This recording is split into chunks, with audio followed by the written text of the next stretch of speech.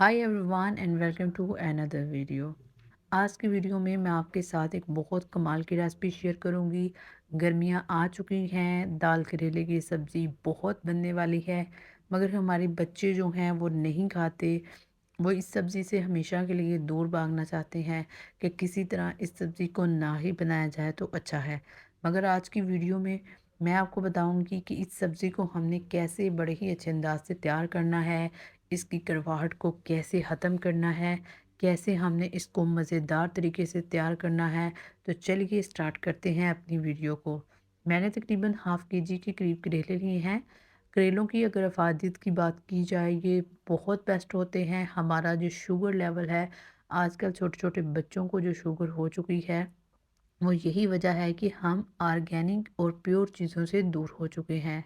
तो करेले जो है ये एक बहुत कमाल की सब्ज़ी है, छोटे हों बड़े हों, ये सबकी शुगर लेवल जो है उसको मेंटेन रखते हैं। इसके अलावा ये हमारे जो ब्लड है उसको प्योरीफाई करते हैं।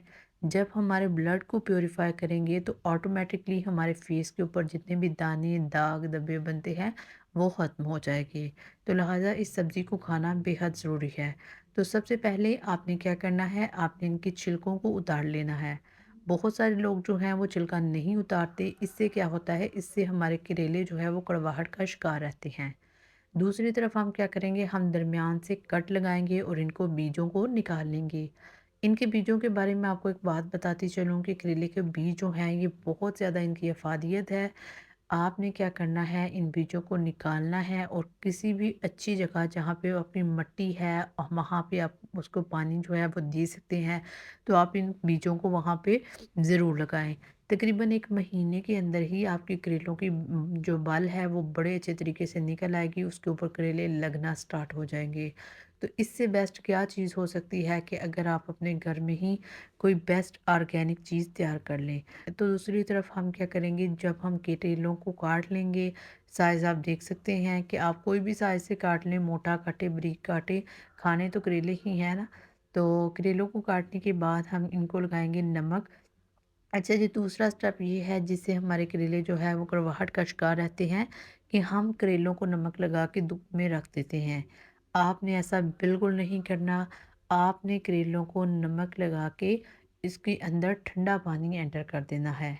अब पानी जो है, पानी की कैपेसिटी बहुत ज़्यादा होती है।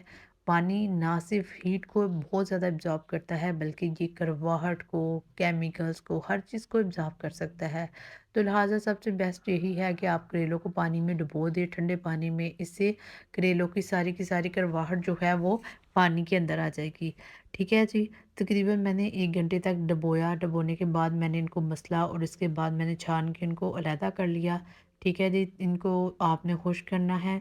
दूसरी तरफ हम क्या करेंगे, हम लेंगे एक कढ़ाई और कढ़ाई में मैंने एक कटोरी जो है वो ऑयल ऐड किया है।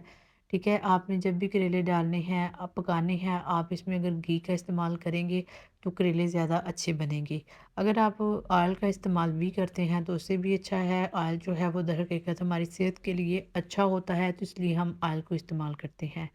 ठीक है जी, ऑयल को डालने के बाद हम क्या करेंगे, हम इसमें करेले डालेंगे और 15 मिनट के लिए आपने इनको फ्राई करना है। आप कलर को देख सकते हैं, कलर बड़ा ही कमाल आ चुका है, लाइट ब्राउन आ चुका है और मुझे ऐसा ही कलर चाहिए। अगर आप इनको डार्क करना चाहते हैं तो डार्क कर लें, अगर आप इससे भी लाइट निकालना चाहते हैं तो आप इससे भी लाइट निकाल सकते हैं। जो ही हमारे करेले जो हैं वो लाइट ब्राउन हो जाएंगे तो हम क्या करेंगे, हम इनको निकाल लेंगे और इनको साइड पे रख देंगे। और अब हम तैयार करेंगे मसाला। हमने जो ऑयल जो है करेलों को फ्राई करने में इस्तेमाल किया है, आपने इसको वेस्ट नहीं करना, आपने यही ऑयल इस्तेमाल करना है। उसकी रीज़न ये है कि इसके अंदर बहुत ज़्यादा अफादियत आ चुकी है करेले की। तो इस ऑयल में हम क्या करेंगे, हम प्याज डालेंगे। मैंने तकरीबन 1.5 प्याज जो है वो ऐड किया है, दरमियाने साइज़ का। इसके बाद मैंने इसमें 2 टमाटर और कुछ हरी मिर्ची ऐड की हैं। आप भी इसको अपनी पसंद की, अपने टेस्ट के मुताबिक ऐड कीजिएगा। ठीक है जी, सबसे पहले हमने प्याज को फ्राई करना है। इसको लाइट ब्राउन करने के बाद हम टमाटर, हरी मिर्चें इस कढ़ाई के अंदर डालेंगे और इनको अच्छे तरीके से भून लेंगे।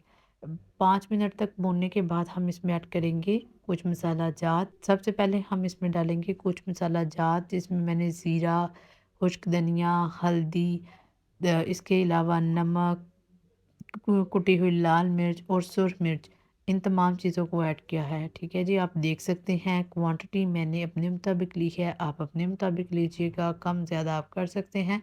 ठीक है जी, कुछ लोग मसाला कम खाना पसंद करते हैं, कुछ ज़्यादा खाना पसंद करते हैं। तमाम चीज़ों को एंटर करने के बाद हम क्या करेंगे, हम इनको अच्छे तरीके से भून लेंगे। आपने पानी तब तक नहीं लगाना जब तक हम इसको अच्छे तरीके से नमक मिर्च को भून ना लें। नमक मिर्च को भूनने के बाद तीसरी चीज़ जिससे आपके करेले जो है उनकी कड़वाहट ख़त्म होगी, आपने इसमें 1 कटोरी दही का ऐड करना है। अगर आप चाहें तो आप यहाँ पे 1 कटोरी दूध भी ऐड कर सकते हैं, मगर मैं यहाँ पे दही ऐड कर रही हूँ। दही को ऐड करने के बाद हम इसको पकने के लिए छोड़ देंगे। तकरीबन 2 से 3 मिनट में हमारा जो मसाला है वो थोड़ा नरम हो जाएगा। जो ही हमारा मसाला जो है वो नरम हो जाए तो हम क्या करेंगे, हम इसके अंदर दाल डालेंगे। अच्छा, मैं आपको 2 तरीके बताती हूँ कि आप दाल को अगर कच्चा इसमें डालना चाहते हैं, अगर तो आप कच्चा भी डालें। कच्ची दाल डाल के इसके बाद आपने पानी 2 गिलास एंटर करना है, साथ में आपने करेले ऐड कर देने हैं और इसको 15 से 20 मिनट के लिए पकाना है। मगर आज मैं आपको बड़ी ही आसान रेसिपी बता रही हूँ। जो ही हमारा जो मसाला है वो अच्छी तरीके से भुन जाए तो हम क्या करेंगे, हम दाल को इसके अंदर एंटर करेंगे। दाल जो थी वो मेरे से थोड़ी सी ज़्यादा गल चुकी थी। आपने दाल को ज़रूरत से ज़्यादा नहीं गलाना। ठीक है, जितनी दाल आपकी खड़ी खड़ी रहेगी उतने ही ये अच्छे लगेंगे दिखने में। तो दाल जो है इसको हम एंटर कर लेंगे और इसको 2 मिनट के लिए भून लेंगे। आफ्टर 2 मिनट, मतलब 2 मिनट भूनने के बाद हम क्या करेंगे, हम इसमें एंटर करेंगे अपने करेले जिनको हमने फ्राई किया था और 5 मिनट के लिए इसको दम पे छोड़ देंगे पकने के लिए। ठीक है जी, 5 से 10 मिनट के बाद आप देख सकते हैं सालन की पोजीशन। हमारा सालन जो है वो बहुत कमाल का रेडी हो चुका है। इसमें 1% भी कड़वाहट नहीं रही। अगर आप अपने बच्चों को इसी तरह बना के खिलाएंगे तो मुझे यकीन है कि आपकी फैमिली में से कोई एक बंदा भी ये नहीं कहेगा कि हमने ये रेसिपी नहीं खानी।